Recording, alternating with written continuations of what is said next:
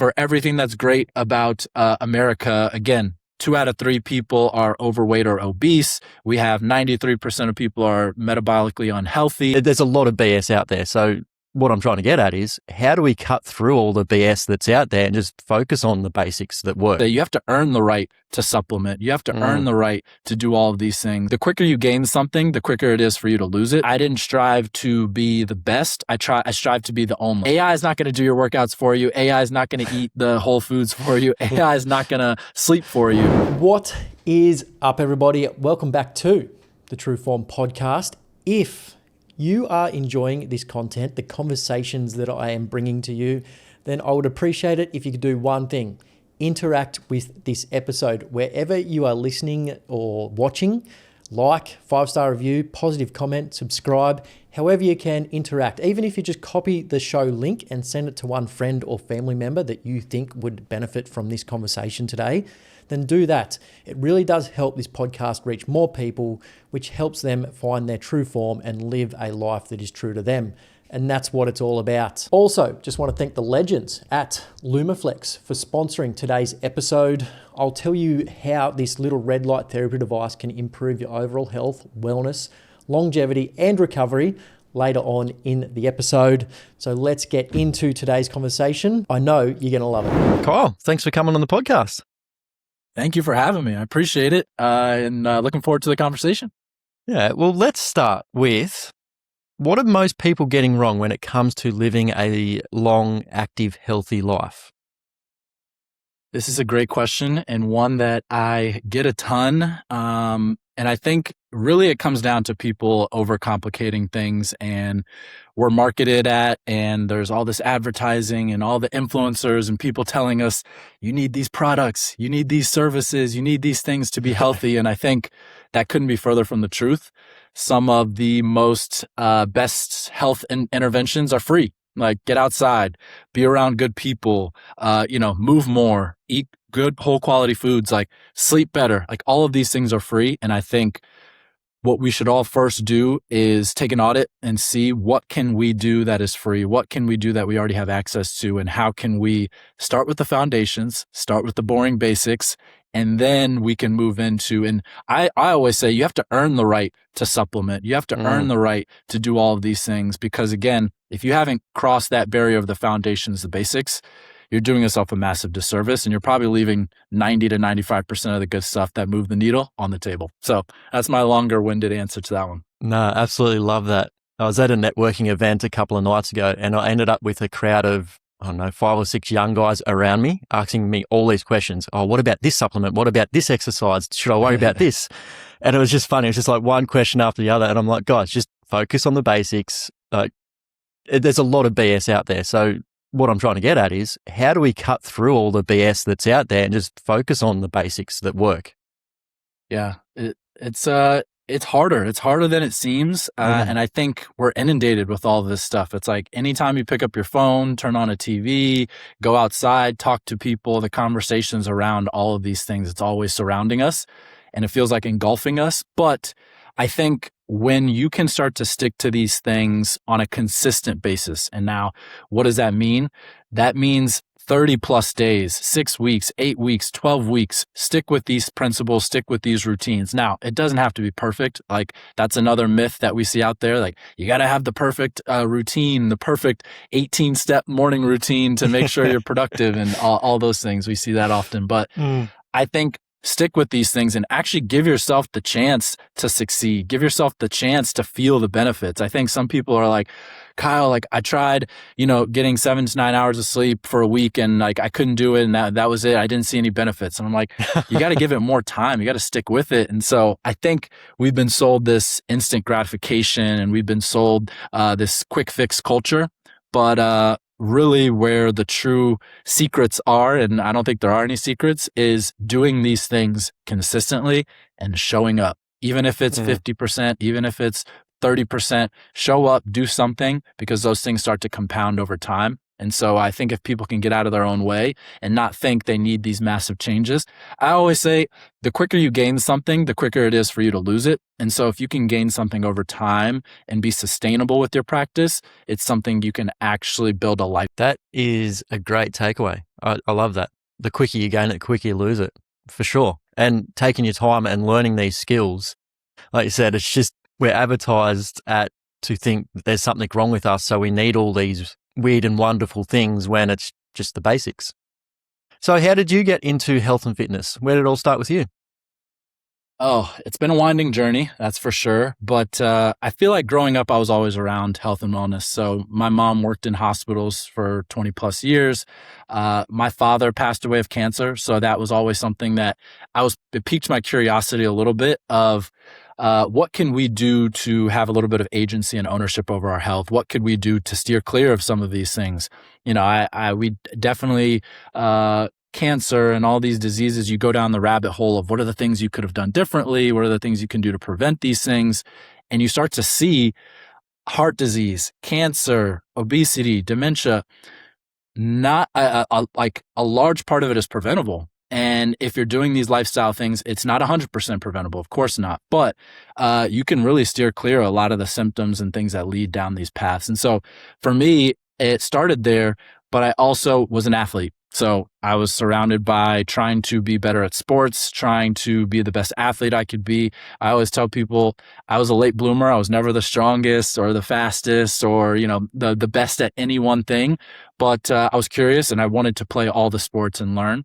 And I think that led to a curiosity with human performance. That led to a curiosity with the body and anatomy and really understanding how people move and all of this stuff. And so majored in that in college, exercise science, get my master's in kinesiology, get out of college and realize, man, I went through 6 years of school and, the thing I want to do is be a personal trainer. And I'm like, I know from my friends that are personal trainers that didn't even go to school. So it was a good journey. I got to teach a little bit when I was in graduate school. So that taught me I like teaching, but I want to be hands-on with people.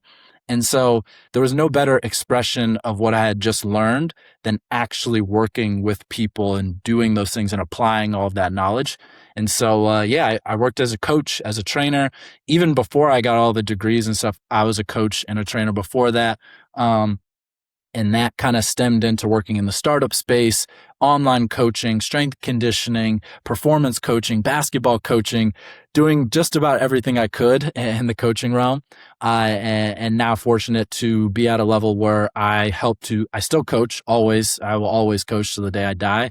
And I lead coaches, I hire coaches, manage coaches, and we have a platform that basically helps offer coaching programs to people to help them live better across all areas: sleep, mindset, nutrition, movement. And so, it's been a love affair with this thing that is health and wellness and fitness. I just continue to try and express that love in different ways, whether it's writing.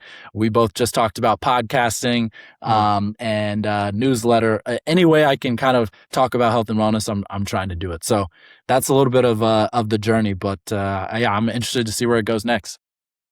Me too, for sure. And we'll dive into what you're doing at the moment because it's super interesting. But let's go back. You're a curious person, and you just said that. And a lot of people aren't. And I always say you really need to be curious because, like we were just saying before, people are selling you BS left, right, and center. And what works for some people might not work for others. So you've got to be curious and find out what works for you, ask the right questions, try different things. But for you, where did that curiosity come from? Yeah, I think about this a lot because my dad loved to travel. And he was the type of person that every weekend, get the family together, go visit a new museum, go visit a new park, go drive somewhere, go take our bikes and go somewhere. And I think that's where it kind of started for me. And so that carried into one, being curious geographically, like just wanting to travel, wanting to see different places, but also about the human body, about how these things work. I think if you can develop an understanding for how things work, it helps you understand the why behind it, and it helps you with adherence. If I know why I'm doing these exercises, what muscle groups they're working, I can almost be more in tune to that process. And so for me, there's also and some people look at this negatively, like it's fun for me to know that I will never know everything about sleep, nutrition, movement. It's an endless quest for knowledge. I can continuously go any direction, books, things, certifications, but that excites me because, again, that means I can continue to have this kind of insatiable curiosity and continue to go in different directions. And so I'm definitely a breadth over depth person, but I do respect depth as well, which is why I've gotten my master's, which is why I'm highly certified in the fitness space. But that doesn't mean I shouldn't learn about nutrition. That doesn't mean I shouldn't learn about sleep. That doesn't mean I shouldn't learn about mental performance, because I think they're all interplaying and intertwining. But yeah, the curiosity comes from definitely my dad, and I've been to over 50 countries. Me and my wife have traveled immensely, and yeah, we carry that with us as a value that we take not just intellectually but professionally and personally, and everywhere we go. Yeah, of course. I love that. And like looking at how different cultures do things, especially around health, wellness, or just living their life, is just very interesting. And I'm the same. Like I'll sit there and like in a different country and just take the time to just understand how people are living and why they're living that way. And like you said, it can just add to your knowledge and the way you live as well. So is there any lessons that you've learnt, or any point where you were in a different country and you're like, oh, wow, that's like just blowed your mind, and then you've taken it away and used it yourself? Yeah. Oh yeah, this is something my wife probably hates me for, because I'm always watching different health habits of people in different countries and admiring. Like we live in whatever bubble that we're in, and we think that what we do is maybe the best way or the most optimal way. But then you go to these other places and you see, for example, in Japan, super, super clean. In Tokyo, like not a piece of trash in sight. Everybody's walking. Rarely do you see someone who's overweight.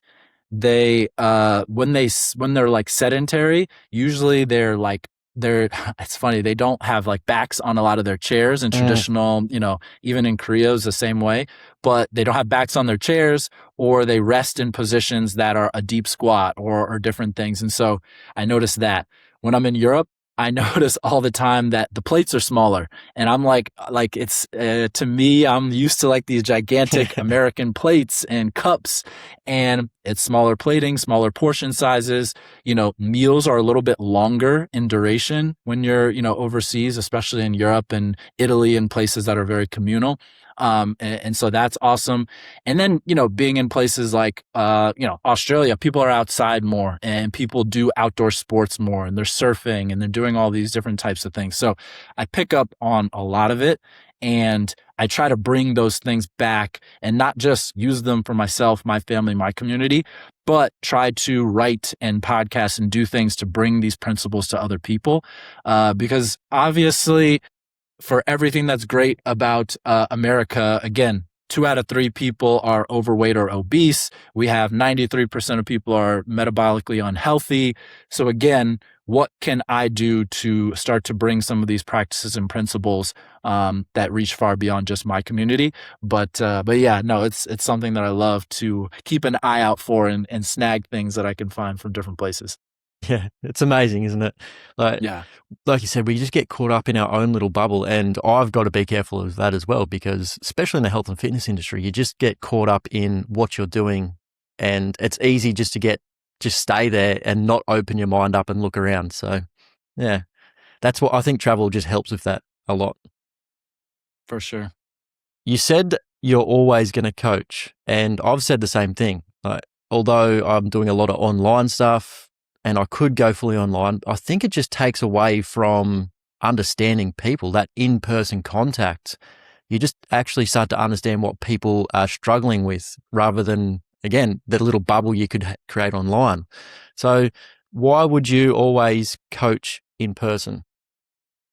I think you mentioned some of the points here. It's just like there's a level of relationship, there's a level of connection, there's a level of empathy that you have when you're in person with someone. And when you actually like show up for them to have a session. And there's an accountability on both ends, for the member or the client that's coming in, but also for you.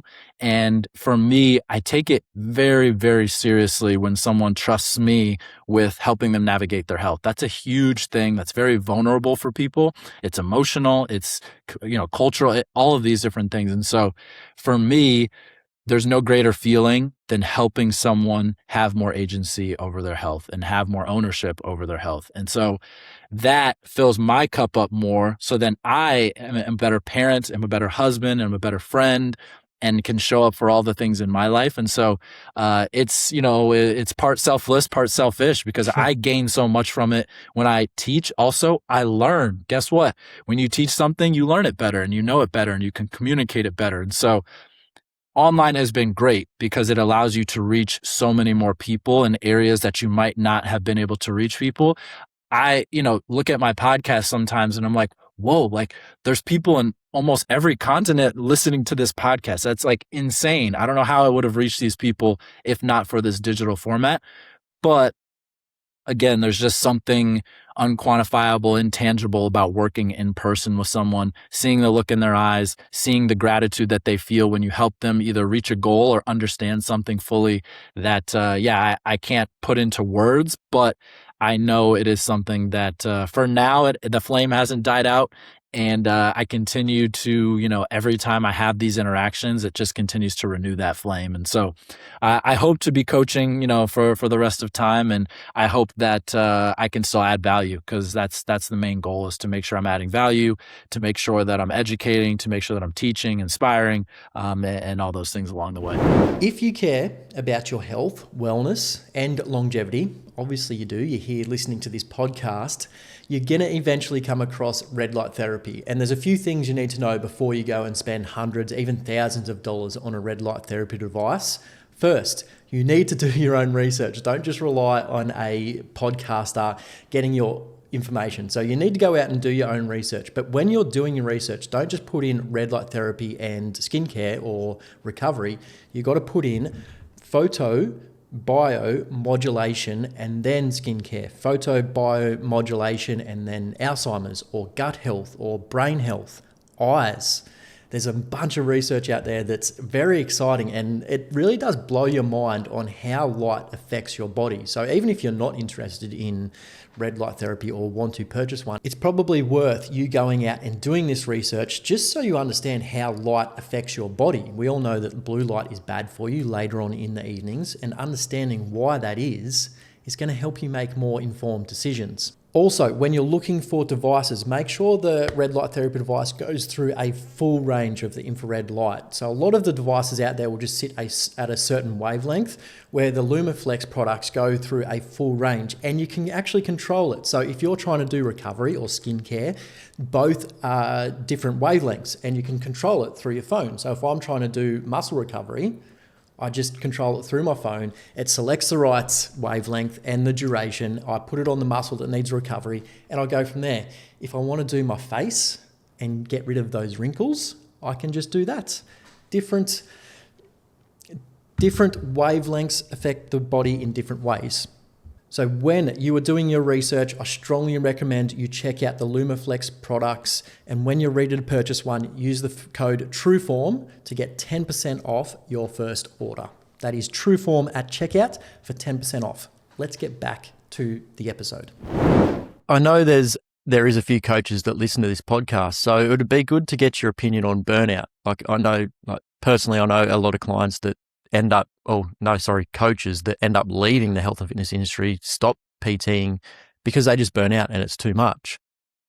You've still got obviously a lot of passion for it and you want to keep doing it. So for those coaches out there that are starting to struggle a little bit and starting to burn out, what lessons that you learned that just keeps that flame alive and wanting to get back every single day? Yeah, it's a good point, and it's an unfortunate point. I think strength conditioning, personal training, they're tough industries unless you're kind of at the top, rung of all this, in the top, 1, 2, 5%. The pay is low, the hours are long, and it's a grind. It is a grind. And I know I've done unpaid things. I've done personal training where I haven't gotten paid very well. And so I think one, your heart's got to be in it, and you have to, kind of understand what's your mission. Is this truly what you want to be doing? Because any job, you're going to have to kind of work your way up. Any job, you're going to have to start at entry level. And so there's no kind of skip level to just get to the top when it comes to this field too. Second, I think something I struggled with when I first started in personal training was saying yes to absolutely everything. And I think you have a certain period of time where you can kind of get away with that, and that's okay. But with personal training, I was actually just having a conversation with coaches, I think it was the other day, and I was talking about how when I first became a personal trainer, I accepted every client that wanted to work with me, no matter what time. So I had a 6 a.m. client, I had an 8 a.m. client, I had a 12, I had a 3, I had a 5, and I had a 7. And like, that was a terrible day, but they said yes, so I wanted to work with them. And so looking back on it, again, knowing to be a little bit more selective, knowing to protect my energy and my time, because if I'm only working and I leave no time for me, my improvement, my growth, my personal health, my, all these things, then it's going to be a downhill slope pretty quickly. And so I would say, again, how can you make sure that you are selective with what you say yes to? How can you make sure that you also still pour time into self-care? And then lastly, I would say, like, you got to sample a little bit. You have to understand, is it strength and conditioning? Is it online coaching? Is it doing content? Is it working in, kind of the private sector? Is it military? Is it working, in startup space? For me, I had no idea about it. This is way back, maybe, mid 2010s. There was not really a huge online coaching thing back then. COVID really switched that kind of gear and made online really, really popular. And so I did everything in person, had the opportunity to work for a startup. I lived in DC, the DC area in Virginia my whole life, and I went to college there. I didn't really travel too much outside of that. And this job was all the way in California and San Francisco. So something told me, you know what, Kyle, you got to get out of your bubble. You got to see the world. You got to try something new. I took that job. And that opened up my world of, oh my God, there's startups, and you can work in marketing, and you can do recruiting, and you can work with management of coaches and software. So like for me, it really opened up my world of possibility of not just being a personal trainer and getting to the top of the personal trainer world. It was more of, okay, how can I expand my skill sets, become a more well-rounded professional? And it just, the last thing I'll say to this is, to me, and this has worked out well for me, it's like I didn't strive to be the best. I strive to be the only. And so for me, I wanted to be the only person that had all of these unique skill sets and experiences so that I could work and create my own roles and do these things that maybe had never been done before so that I could sustain it, as opposed to trying to fit a round peg into a square hole and trying to be down one lane in my career and niche down. And again, sometimes that works for people, but for me, being uniquely me, understanding what I wanted to do, it helped. But yeah, definitely lessons learned along the way. If I could go back, I can't say I'd do it differently because I learned so much, but definitely could have saved myself some time, some money, and some hours. Yeah, as you're telling your story, like I was thinking back for when I first started, I was like, oh, there was some long days. I thought it'd be a good idea to open up a gym straight away and 5 a.m. to 10 a.m. every day. Yeah. But that's the thing, like you learn a lot what not to do by doing it. You just sort of passed over a really good point there that I'd love you to dive deeper into, like not the best, the only. Dive into that. Just unpack that a little bit for us. Yeah, I've been thinking about this a lot because I've worked in the startup space for a long time, and I started getting a job as a coach. It was like a performance coach role, and it was great. But when I got into the company, I realized relationships are everything. And so you start to meet people, build connections. And again, like I said, my mind was blown that wow, being in San Francisco, people are very much driven to start their own companies and do their own things. And they're very entrepreneurial. And that spirit hadn't really been inside me from I was a personal trainer. So yes, you're entrepreneurial in a way doing that. But it taught me just because you didn't go to school for this thing doesn't mean you can't do it. And people in San Francisco all the time have no schooling or whatever, and they're starting these big billion-dollar companies. And so that kind of flipped a switch for me of like, maybe it's not about trying to run the race that everybody's running. Maybe it's not about trying to go down a path that everybody's going. Maybe I blazed my own trail, because like I always say, the only person that nobody can be is you. Like nobody can be you. Nobody has the unique qualifications to be you. So it's hilarious when you go on social media and you see people trying to repeat the same content and do the same things. And it's like, why not just be yourself? Because it's more authentic. People will resonate with it more. And it's obviously going to be easier for you to keep doing if you're just yourself, as opposed to copying someone else. So anyway, as I got into the startup world, I learned marketing, and I did a lot of writing. And then I also worked in recruiting. I worked in operations. I did some sales. I did events. And I started to realize like, oh, I kind of like marketing. Like it's really cool to get the right message to the right person at the right time. Because guess what? If you can't, market yourself as a personal trainer, you're not going to have any clients. And so for me, that started to become a love. And so I leveraged that job. I worked for almost 4 years at that first startup job as a coach. I ended that job, and my title was ended up being marketing manager. So I started as a coach, ended as a marketing manager, and then got hired at another company in marketing as the head of content. And so like, if you would have told me that coming out of school in 3 to 5 years, I'd be working as a head of content, I would have been like, yeah, no, you're talking to the wrong person. But it then started to show me what else was possible and what other spaces and places I could work into. And so coming back to that point of just like, again, you don't have to stay within your silo. You don't have to stay within your lane. You can start to branch out of that and learn and talk to people who are in these spaces. Because for me, getting into the marketing space, I might not have had the background that was, going to a school and getting these degrees and knowing all the principles. But I also didn't have really any bad habits of like staying kind of stuck in the normal marketing. Oh, you do this and then you do this and you do this. It was kind of looking at it from like first principles. It's like, okay, maybe I try things this way. And so I think a lot of people that I worked with gravitated towards, he has a new perspective on this that we've never heard, or he's taking a different lens on this.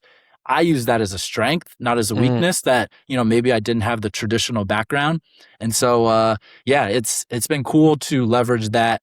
At 2 different companies I've been at, I've had a role that was kind of created for me, as opposed to, getting into a role, because it's just like, wow, you do the coaching, but you do marketing and writing at the same time. And so anyway, it all just comes back to, if you are passionate about stuff, if you build the right relationships, if you put yourself in the right rooms, if you're willing to have a beginner's and growth mindset, you're going to probably be the person who doesn't know the terms. I remember I first jumped in first marketing meetings. It's like, okay, let's talk about CAC and LTV and these things. And I was like, I have no idea. They could be talking in hieroglyphs. I have no idea what's going on. But you learn these things and you start to pick it up. And I think it's something that I've carried with me, and I've always kept an eye out for, how can I add value? How can I make sure that whatever the mission is, whatever the service is that we're providing, how can we do that at a higher level? And so again, it doesn't have to be A to B to C to D. You can take your own path. And I think, you see that a lot now with people that are doing that online and becoming content creators or building their own businesses. But yeah, it's something that I care a lot about, and I try to mentor and help people with. I think that's a great skill to have, but I think it comes back to exercising and, being an athlete. Like, you just learn how to just stick with something, and if something doesn't work, you just change it. You learn new things. You have to adapt. And if it doesn't work, that's okay. Like exercising, working out, whatever you want to call it, it's all about failing and just finding your own path through it, because we're all different. Everybody's different, and everybody has a different body. So I think once you learn that, it just automatically goes into, what you want to achieve in life. And you hit on a couple of good points there where I don't know what it's like. I think obviously the environment there in LA is very different to Australia. Like, everybody's, like you said, if you want to do something, you have to get educated on that one thing to then go and do it. But it's not necessarily true. As long as you have a passion for it and a desire to learn and be curious, I think you really can achieve anything. So when it comes to your clients, you said finding yourself. How do you help your clients find themselves and what they really want to achieve? A lot of the time, as we were talking about at the start, like people get influenced by social media, advertising, thinking that, oh, that's the body type I want, or that's the marathon I want to run. But it's not necessarily who they are or what they want. It's just what's been influenced to them. So how do you help people find out who they are and what they actually want to achieve? Yeah, this is super important. I think a lot of people start with like what they want, and sometimes it's helpful to start with why you want it. And so I think peeling back layers of the onion and understanding like what's your purpose, why do you want to be healthy, what's your motivation, helps people to then orient towards, okay, now this is what I'm willing to do, sacrifice, this is the things I'm willing to kind of go through. And so I go through a why exercise or a purpose exercise with almost everyone I work with, because I think for me as a coach, I need to know what levers to pull and what I can kind of pull on when motivation fades, when the environment isn't perfect, when you're traveling, when you're stressed, when it's holidays, when it's, all of the things that we all run into. And those things are inevitable. And so trying to build a plan that is perfect and that it's not going to work, there's things that are going to throw you off. And so for me, it comes back to kind of the quote and cliche of, when your why is strong enough, you can bear any how. And so for me, if you understand that, maybe you're doing this for your kids and to be a role model of good health and to be functional and to be able to do travel and to be able to be a present husband or spouse or whatever the case is, those things are far more helpful when it comes to accountability and adherence than, oh, I have a goal of I want to lose X pounds or I want to have a summer body that's better or whatever. Because when a rainy day comes or when, you're traveling or when you're tired, the summer body is not going to get you out of bed. And so I think when you think about my kids and my wife and my purpose, that is strong enough to get you out of bed and thinking like, you know what, I can show up today. And so for me, I think getting to the why is a helpful start. And once you do that, then you can start to work on, okay, what's the plan to get me there? And what are the small steps I can start to take? I think a lot of people, they start too grand, they start too big. They're only thinking about the outcome. They're not thinking about the process. They're not thinking about the habits, the system to get them there. And so for me, it depends on who I'm working with, how much time I have, what their goals are. But I almost like to start with like, okay, what is almost the most simple thing? We have the term in our space, minimal effective dose. What's the minimal effective dose? What's the thing with 100% confidence you could show up and do every single week, every single month, if it's travel, if it's whatever? Start there. And I guarantee you, if you start there, half the time or more than half the time, if you say, okay, I'm going to show up and do 10 minutes, 10-minute body weight workout every day in the morning. And I'm like, great, let's start there. Half the time when you show up to that workout, guess what? You'll probably do more because you're like, oh, I feel good. Like, let's do a little bit more. Or actually, you know what? I feel great. I'm going to go out for a little run or I'm going to do a stretch tonight. Because again, you're telling yourself, you're building confidence, you're building the identity that I am the type of person that shows up for these things, as opposed to what I see too often is the go hard, all or nothing, intense, like, all the things that you hear in cliches. But what happens with that is you have a day or two that's great, and then you have 2 days that are bad. And then you have a day that's great, and you have a day and a half that's bad. And that does horrible things to your confidence, horrible things to your belief. And then before you know it, you fall off. And so start small, know your why. I also have been saying this a ton and it's been resonating with people, but I always say be clear with where you want to go and flexible how you get there. Because again, life is going to throw you in curveballs in many different ways and shapes and forms. But again, if you're clear in your direction, clear in your why, there's so many different paths that can get you to your goal. And that's why people are like, well, I saw online that this person did this to get this goal. Don't I have to do that? And it's like, you can do 1,000 different things to lose weight. You can do 1,000 different things to build muscle. The methods, the tools are endless. So like, as a good coach, I don't try to mash everybody into my system. I try to shape my system around people. And so that's what I think a good coach does, is they mold into what this person needs, as opposed to saying, oh, this is my 6-week system. Like, you either fit in or you don't. Like, oh, if you can't do these things, then you're just not doing it right. So anyway, probably more long-winded than expected, but yeah, definitely stuff I'm passionate about. No, perfect answer. And I had a few follow-up questions and you answered them all anyway. So I was going to ask about, So I was going to ask about this agency and I guess execution. I find a lot of people find it hard to execute. They'll get excited about the social media reel or podcast they listen to. They get everything ready. And then when it comes to actually executing, they struggle a little bit.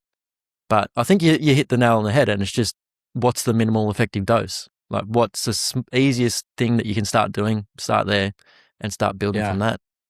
I had a thought on that. It's funny because I'm human. I coach and I do all these things, but like, I seek out coaches, I seek out help, I seek out motivation, I seek out all these things just like everybody else. And so my kids on social media, my toxic trait is I think of a goal and I come up with the most like immaculate plan and all the things, and I write it down, and you doing all of these things. And then it's just like, none of that stuff actually help. Okay, I can't say none of it helps, but none of that stuff actually helps you take the first step, or is taking the first step. And so I think people sometimes get so much, call it dopamine, call it, whatever, from that feeling of like, oh, I'm so motivated and I have the plan and I have all these things. I'm going to go buy shoes for my marathon. I'm going to go buy the gels. I'm going to do all the things. But like, really what you need to do is get your butt outside and go run if you're doing a marathon. And so for me, I struggle with that a lot. And what's helped me with that is, again, progress over perfection, consistency over intensity. We hear these things a lot, but what's helped me for that is like, how can I break this down into the smallest thing I can do right now? I can show up for every day. And for me, I actually did train for a marathon 2 years ago, and basketball player. I don't say I'm not a runner, because now I'm starting to, lean in and embody that identity that I am a runner. But I started running and I figured out I actually loved it. I was always like, oh no, I can't run over 5 or 6 miles. Like, I can't do that. I only do high intensity stuff.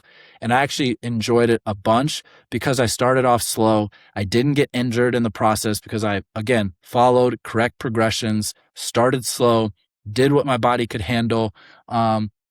And now it's something that's like a big part of my life, and I love running, and it's like, mental space for me, emotional space for me. But I think for people, it's just, again, you have to run your own race. You have to make sure that you understand what your why is and what your purpose is for doing all these things. And you just have to break it down into what is something I can sustain, because,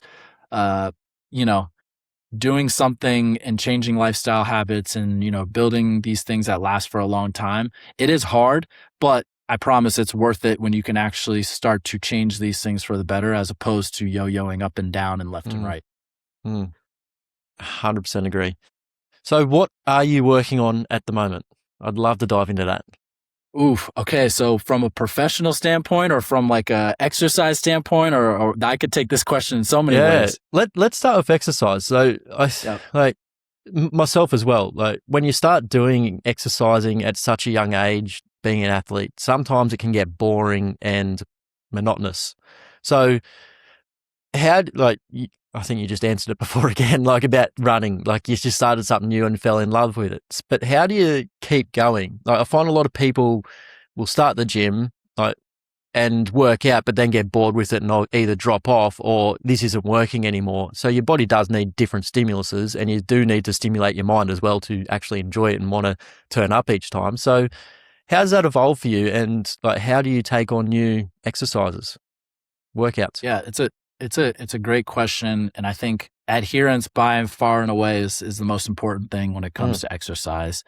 And so for me, especially working with people who maybe don't have a training history or an exercise background or anything like that, enjoyment shoots to the top of the list as a variable that I have to prioritize. And so 100%. if you hate showing up, even if it's personal training or whatever, if you hate showing up every time, this is not something that's going to be a staple in your life. And so, yes, I think there's a caveat to that. Sometimes there's a little bit of what you want and there's a little bit of what you need. And a great coach can help mix those together because, yeah, there's going to be things that you don't love. Like I hate, dead hangs. I hate, I hate certain things exercise wise, but I do them because I know I need them. And so anyway, I think for me, what keeps it interesting for me is, again, finding that enjoyment. And sometimes for me, that is through, and again, people are like, oh, well, you're the fitness guy. Of course you're going to say it's like, it's through pushing myself. I did a high rocks this year and I've never done high rocks or trained that way. And so I tried that. That was super fun. Loved the whole process. I did a half marathon this year and then I trained for a marathon a couple years back. But I tried to dive into different realms that I've never really touched or tried or done because there's something about being a beginner and learning and getting better at something that people just crave. And so even when you see someone who's new to strength training, sometimes you see they come in, you start them at a, comfortable weight that they're good at. And then like next session, they do better. And the next session they do better. And of course it's like newbie gains. You can get fast gains in the beginning, but like you see like how much they get bought into like, oh my God, like I can do this thing that I thought I could never do. And, that's awesome and powerful, that feeling of improvement and getting better.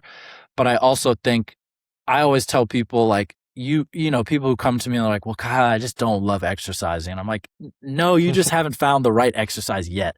There's running, there's rowing, there's swimming, there's hiking, there's rucking, there's all of these different things. There's strength training, there's kettlebells, dumbbells, barbells, bands, whatever it is, find your kind of movement flavor. And I think with people, and if you've been coaching for a while, the tools and the levers to pull to say, okay, maybe this person doesn't like running because they've had, X injuries before. So maybe we go towards something less load bearing, or maybe this person has been scared of traditional strength training. So I'm not going to bring them into a gym with meatheads around. Maybe they train at home to start. Again, you just have to kind of know these things as a coach. But for me, it's always about, how can I dangle a little carrot out in front of something new, something that challenges myself, not just physically, but intellectually? And again, it does not have to be something grand like a marathon or whatever. It can be, hey, I'm going to test myself and see how fast I can run a mile. Or, hey, I'm going to test myself and see how long I can hold a plank or whatever. And you train for these things and then you do it. And it gives you something to look forward to. But yeah, it's one of those things where if you don't have some level of enjoyment of what you do, it's just very hard you're using so much willpower, and willpower is such a fatigable thing to where like, if you're using every ounce of willpower to show up to the strength training session, you're probably not going to be great with sleep or nutrition or all the other things because you're just using so much energy to do that. So for me, how do you make it frictionless? Does that mean working out at home? Does that mean, doing things that you enjoy? Start there, because like James Clear, Atomic Habits, I love the saying. He says like, standardize before you optimize. You have to build the habit before you can improve the habit. People want to jump straight to like, what's the best thing I can be doing right now? And it's like, all right, go to the gym 4 times a week, do cardio for 3 hours, and I'm going to do 6 stretches a week. And it's like, whoa. Like, are you actually going to be able to do that? Why don't you start with like, I'm going to go to the gym twice a week. I'm going to do that. Again, standardize before you optimize so that you can actually improve this habit in a way that's sustainable. So anyway, it's enjoyment goes to the top of the list. Definitely want to find things that are give you the variety, but also help you build the foundations.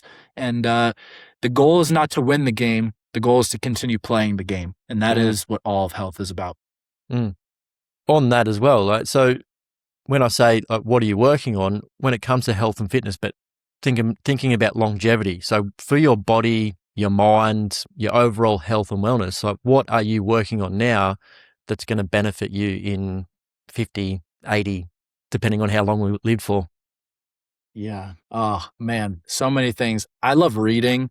And so I love nonfiction reading and my wife loves fiction. So like we kind of balance each other out. But I think for me, you can learn so much from reading. I like just posted on LinkedIn today, so it's fresh on my mind. But like it's so crazy when you think about books and reading. Like somebody took years sometimes to distill research, wisdom, ideas, complex topics into this nice little package thing that you can read in a month or 2 months or whatever. Like they're doing such a service to do that, and we have access to it all. And some of it's free, you can find online. Some of it, yes, you pay 8, 10, 15, 20 bucks for a book. Like I think it's like the most like incredible thing that we can just go and access and not become experts. We can become well versed in so many different fields if you're just willing to put in the time to read and to look up on these things and to meet people. So reading is one that's big for me. I'm trying to read a little bit. Any recommendations? Any recommendations for books? Oh man, so many. I try to read outside of just health and wellness and fitness, but like I always try to come back to that at least, once a month. So a couple recommendations. If I had to rattle some off, there's a book Range by David Epstein. That's great. It's like talks about being a generalist in a world that wants you to specialize. I love that book. That's been super transformative to me. The health and wellness realm, probably the most influential book of the last 10 years for me is Why We Sleep by Matthew Walker. I used to be I don't need sleep. I'll sleep when I'm dead type of person. Now I'm like, oh my God, I need my sleep. It's my superpower. Breath by James Nestor on just breathing and how that impacts our health is a big one. There's Mindset by Carol Dweck. She has a great book on growth and fixed mindset. That's where that originated. Meditations by Marcus Aurelius, just super introspective, stoic book. Anything by Ryan Holiday is great. He has so many great books. Discipline is Destiny, Courage is Calling, Ego is the Enemy. I love those books. And what I'm reading right now is a book called On Muscle. It's basically a book about muscle and why it matters and the history. And so again, I try to, do some stuff that's in my space, but then veer out. Parenting, psychology, philosophy, technology, and stuff like that. So again, comes back to our conversation earlier about you got to expand your skill sets and, start to dive into other areas. Because if you do, then you realize like, oh, I'm actually intrigued in this thing. And maybe there's a way I can start to, mold professionally around that. But beyond reading, me and my wife recently did Whole30, which is it's kind of like a diet. I guess you could call it a diet. I'm not a big diet person. We usually eat fairly well, clean, all of that. But Whole30 is a diet where you basically eliminate all things that cause intolerances and allergies and normal kind of disruption in people. And so no added sugar, no alcohol, no I think it's no like dairy, no grains, no beans.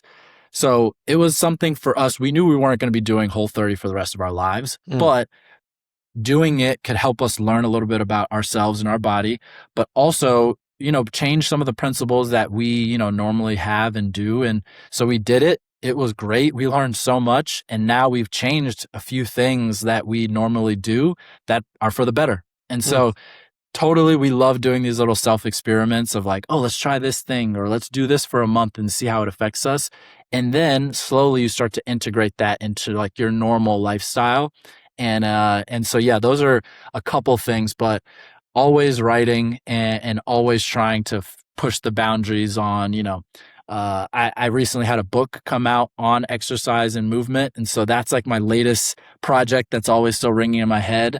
But yeah, I think books are a crazy, torturous journey. But once you kind of come out of the other side, you're so happy and proud of what you've done. You leave a legacy and hopefully it's something that can help people and empower people. So those three things are the first things that come to mind. Yeah. I love that. I've had these little red lights, the Lumaflex Body Pro, for a few weeks now, and it goes with me everywhere and it goes on me everywhere. I love putting this on my belly in the morning just to help my digestion get rolling.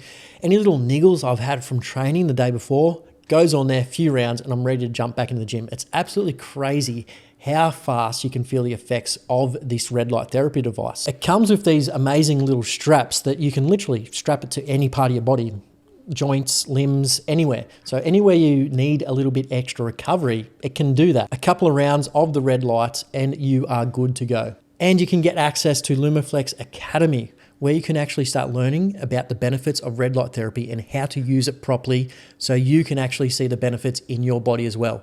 So check out the link, lumaflex.com.au, use the code TRUEFORM and get 10% off your Lumaflex products. Let's talk about professionally then. Dive into what you're doing professionally. Yeah. So I work at a company called Koya. We've been around for a little bit now, and what Koya does is basically pairs people with a wearable and a coach and surrounds them kind of with, I call it like the athlete or celebrity experience. You know, they have a chef and they have a, mental performance coach. We try and do that at a smaller scale and bring a team around people. And so we give you a registered dietitian, a mental performance coach, a sleep coach, and then a fitness coach. And you go through this immersive 12-week program. It's all virtual. And you basically go through the foundations of health, like we talked about: sleep, mindset, movement, mental performance, all these different things. And so you get the wearable, so you get some of that objective data. And really what our goal is, we see it nowadays, we're inundated with data. There's wearables, there's CGMs, there's DEXA scans, there's VO2 max tests, and like people are doing it all because they're like, longevity, like let's do all the tests, let's get all the things. But like rarely do people actually understand the results or understand what to do with the results. Koya exists to really bridge that gap, to help people take action, to really be on the other side and apply all of these things. And so we interpret all of that. We help bring real human coaches around people to help you kind of develop relationships, build these habits, and build them in a sustainable way. That's why it's 12 weeks as opposed to, a month. But it's awesome. I'm the vice president of performance and coaching. So I help lead the team of coaches. I help build our curriculum, and I help kind of facilitate these 12-week cohorts. It's awesome because I've worked in the space for a while, and a lot of the space is siloed. It's like, okay, a fitness app to work on only fitness things, or a nutrition app to only do nutrition, or, whatever the case might be. And so every coach out there generally knows it takes all of these things to really sustain some of these changes. Guess what? You could be personal training 17 times a week, but if you are eating like crap or eating in a caloric surplus, you're not going to lose weight. And so again, I think for people to understand that all of these things play together, how can we take off, small habits, small bites of each of these areas and have them work together, as opposed to, all right, I'm going to work on fitness and then, I'm going to try and work on nutrition next year. And so it's like bringing it all together. And so it's an app. You get to track your habits. You talk with your coaches. You go through this curriculum. Throughout the whole process, people get to see objective results because you're tracking it. You have a wearable, but you also get to see the subjective: more energy, better capacity, better emotional regulation, better stress regulation, all of these different things. So it's really cool. Like, we joke around, but it's something that we truly feel.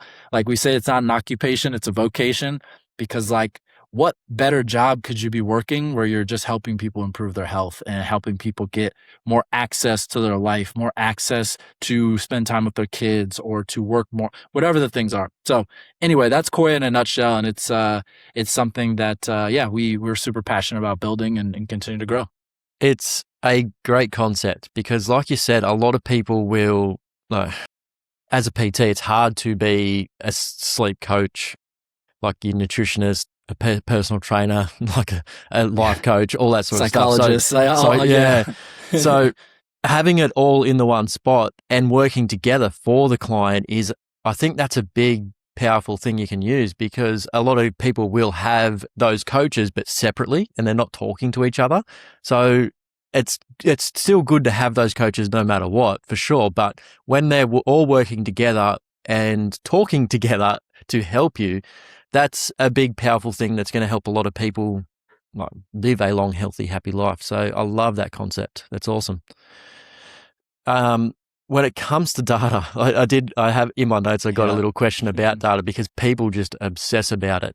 And I'm not wearing any wearables at the moment. I sort of go back and forth on them. How should people think about wearables, data, and what should they be using it? How should they be using it?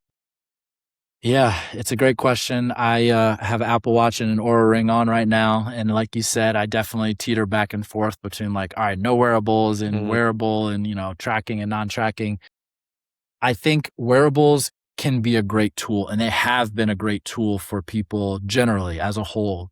Accountability, understanding where you're starting with some of these things. Really, like, I talk a lot about the Hawthorne effect, which is basically when you can track your nutrition or when you track your steps, generally you do better because you're like, oh, maybe I'm lower than I thought I was. Or you track your nutrition, you're probably going to eat better when you're tracking it because you're observing it, you're more aware. And so there's an awareness factor with some of these wearables. But I caution people because I think the wearables are reliable, but not always perfectly accurate. And I think there's a difference there. Reliable means you're going to get trends and patterns that you can track over time that are great, but maybe not accurate. And what that means is like maybe your step count you see on your wearable is 7,000. And after a month of, trying to boost it, you see it go to 8,000. But that 7,000 might actually be 5 to 6,000 as opposed to 7 to 8 because it's not as accurate as you think it is. And so generally they overpredict calories, they overpredict steps and things like that. Of course they would because they want people to feel better about themselves and all of that. But I think it's no knock on the wearable companies or anything like that. It's hard to try and, calculate some of these things, and they're all using algorithms and sleep scores and all of that. And even, sleep data and all of that is not going to be a perfect science. And so sometimes you get the people that get what we call orthosomnia, where it's like my wearable data is causing me to sleep worse because I wake up and I'm like, what's my score? And I see it's a 65 and I'm like, oh my God, my day is going to be horrible. Everything's going down the, crapper. And so for me, if you can use it as a tool and not a dictator or not the rule, great. It's a great tool. It's a great accountability, motivation, all of those things that I mentioned. But if it starts to become something that is causing more stress than it is, helping, you don't need it. And I think you don't need a wearable to, work out. You don't need a wearable to get better sleep. You don't need a wearable to get better, nutrition, on and on and on. I just think there's some people that are motivated by these things and they're motivated by data. So it is cool to have and to use. But, also it can be something where, again, we don't always know what's going into the algorithms and the scores and all of these things. And so you're kind of outsourcing this to something that might not be, resonant with what you're actually looking for or what you're going for. So be cautious with data, be cautious with wearables and all of that. Doesn't mean it's bad. Just like, what are you optimizing for? What are you actually trying to do? And is the wearable helping you get there? If so, great. If not, maybe it's time to reevaluate or reassess. Or sometimes, guess what? It's okay to just take it off for a couple weeks or take it off for a month. Like, you're going to survive. It's funny because me and my wife, we go on walks and like we leave out of the door. And the first thing we say is like, oh, start your outdoor walk. And like, that's crazy. It's like we're going on the walk regardless, but we want to track it and we want to see. And so I always joke with people and say like, all movement counts even when you're not counting it. And I think people get this anxiety of like, oh shoot, I just did this and I didn't turn my watch on, or I didn't turn my Whoop workout on, or whatever. And so again, rest assured the workout still happened or the thing still happened and you can be okay. So yeah. I was going to say a lot of my clients, like halfway through the workout, they forget to start their workout. And I'm like, oh, well, we'll have to start again because it didn't count. But yeah, it counts. Yeah, no, it's funny. Yeah. So I want to sort of start wrapping up. Got a couple of follow-up questions. Yep. If you could get every single person on earth to start doing one habit each day, like that would, like a physical habit, not just sit there and think about this, so they actually have to go and do something, what one thing would you get every single person do that would move the needle the most? This is funny because I just talked about it, but walks. I think walks are, for me, the most accessible, scalable, practical, simple habit that can move the needle a lot for people. And so I always talk to people about like, okay, we hear 10,000 steps, maybe it's more around 7,000 where you're starting to see a lot of these benefits, which is great, but lose all of that. even going 1,000 steps over where you are right now, which is about 10 to 15 minutes of walking, the data shows that that can lead to a 21 to 23% mortality reduction risk. Just 1,000 extra steps. That's massive. Like, and so for me, with people, it's like, can you walk more? And like 95% of the time, it's like you have to have a really crazy, complicated life if you can't walk more. And you could buy an under-desk treadmill. You could do it inside if you needed to. But I think getting outside and walking, if you can, and again, some people are not in the right place to be able to go outside and walk, but of course, outdoors, sunlight, nature, all these things are going to only add to it. But it is something where people don't understand the aerobic benefits, the blood flow benefits, the creativity benefits, the mental stress relief benefits. It's just like, it seems so simple. It seems so trivial, like, oh, walking, like, whatever. But me and my wife, we go on 3 walks a day, and we're able to because we live in a great climate and space where we can do that, and it's awesome. I don't know if there's any other high leverage habit that's better than that in terms of what it does for us. We leave the phones at home. We can have a conversation face to face and talk about life. We try not to talk about work when we're on our walks, but sometimes it invades those. But again, I think that is what it's really all about for me, is mixing habits that check a lot of different boxes. And for me, walks check so many boxes that it's just like impossible to not want to keep doing it because you feel so much better physically, mentally, emotionally. And so I'm a huge advocate for walks. Walk when you're bored, walk when you are feeling a little sluggish, walk after meals is great for digestion and, blood sugar, on and on and on. So walks is my unequivocal pick. I love that. And I can't talk about walking it. Like all my clients, I just tell them to start walking more, however you can. Right? Like you said, it's just so simple, but just so effective. But a lot of people won't do it because it's so easy. Like it just seems so simple that they just won't do it. So where can people find you, what you're doing, and connect with you? Yeah. I try to post mostly on LinkedIn and Instagram, and that's under at Kyle Gonzalez 3. I have a podcast. That's The Vitality System. I have a book, The Vitality System. My most recent book is called Move, Thrive, and Come Alive, on a lot of the concepts we just talked about today. And so it's really a guide to navigating movement in this modern world where it's kind of feels like we're pushed into being sedentary and sitting and, not moving as much. And so practical tips, tools, habits, and things to get you moving more. And I do a newsletter called The Vitality System on Substack. So again, I think for me, it's all about empowering people to live healthier lives, giving people more agency and ownership over their health, and really helping people like either define or redefine what it means to be healthy. I think a lot of times people take in what they're seeing as their definition of health, but health can mean physical health. It could mean intellectual health. It could mean, all of these different things. And so what does it mean to you? That's really what longevity and health span is about, is using the years of your life to live it the way you want and how you want, and being healthy enough to do the things that you want. And so again, living long is great, but living well is something that I think is underrated. Yeah, 100%. Just going to open it back up a little bit, but yeah, please do. So like in the world of AI and, I don't think AI is taking any jobs or anything like that, but I just think personal training, coaching is just an industry that is going to get more and more needed or expand more in person. And I think you're just a good example of that. Like you just the way you come across, the way you coach, but also everything you're doing now, it all comes through well, and you're actually using the technology to help people live a better life. So I appreciate everything that you're doing. Like, where do you see the future of health and fitness going?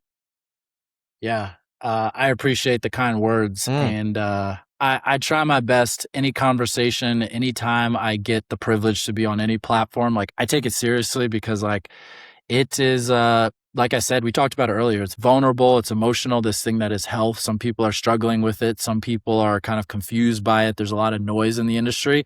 So anytime I can come on, I try to be passionate. I try to bring energy. I try to bring clarity and simplicity to it. But where do I think the space is going? I do think AI is going to play a big role. I would say and I can't say never, but I would say the human is always going to be at the core of change, of behavior change, of psychology, of all of these things, because people deeply connect with people. And so I don't necessarily think right now, if you have a highly motivated person, maybe you can go to AI and see behavior change and sustainable behavior change. But what I've seen, and we actually at Koya, we've, put this into practice, is a human plus AI, or a human using AI as a filter. Sure, it's going to help with you understanding patterns and trends and having information at your fingertips, but all of that needs to be filtered through a human that can connect with another human, because I think that's really what changes behavior in the long term and helps people sustain it. Because I could tell you right now, you could go on ChatGPT, Gemini, Claude, whatever it is, you could get any type of program you want. But guess what? We just talked about it. I do this all the time. The program isn't going to help you reach your goals. It's actually showing up. It's actually having the accountability, the adherence to actually execute that plan. And so for me, it's not about AI or humans. It's about AI plus humans, or humans plus AI, and how they can work together to improve outcomes, to make sure that you're getting the best research, to help people meet you where you are. Like, I think for me, I love AI because it's like this research assistant that I can use to find different things and collect information and really satiate some of my curiosity. When it's like, I want something, quick information, I can go find it. But I still have not lost the skill of, again, gritting through and showing up and doing some of the hard things, because I think that's also, AI is not going to do your workouts for you. AI is not going to eat the whole foods for you. AI is not going to sleep for you. So again, you still have to understand how to build those systems and habits. But I'd be lying if I said it wasn't a great tool, and there's not so many different use cases. So I don't agree with the people who are like, oh, anti-AI, and no, we should never do this and we should stay pure. There's so many applications for it, but it is easy. It is easy to like slippery slope it and get into a point where it's like, oh, maybe I can use AI to do this, and maybe it could do that. And then next thing you know, you're using it for everything. So anyway, long-winded way, but I think I see a more positive future where like it works together. They both help each other. And I think coaches will become better for it. Yeah, I 100% agree. And like you said, you're not going to start relying on it, because if you rely on it, it's not going to really help you. Like a message from an AI bot telling you to get up and go do your workouts, not really going to motivate you to get into the gym. And that's what I said at the start, like people like yourself, like coaches, PTs in person doing the work you're doing, like that's what motivates people. That's what gets people into the gym. So, and I don't think AI is ever going to replace that. Like you said, humans connect with humans. So you just need that connection, however you can get it. Even if you're just going to the gym and just being around other people, not even talking to people, it's just still that being around other humans doing the same thing that you're doing is just a motivation in itself. Totally agree. Well, Kyle, I appreciate you coming on. Like I said, I appreciate everything you're doing. I love your work. You're very inspiring, and you're looking forward to continuing following it. Yeah, no, I appreciate you having me on. It's been an awesome conversation. I always leave these things feeling ready to go run through a brick wall, and I appreciate you giving me the platform. I appreciate the deep conversation about all these things. I think it's important, useful, helpful, practical for people out there. So, yeah, any way I can help, I'm always up for it. And yeah, I know we'll be keeping in touch. So look forward to continuing the conversation.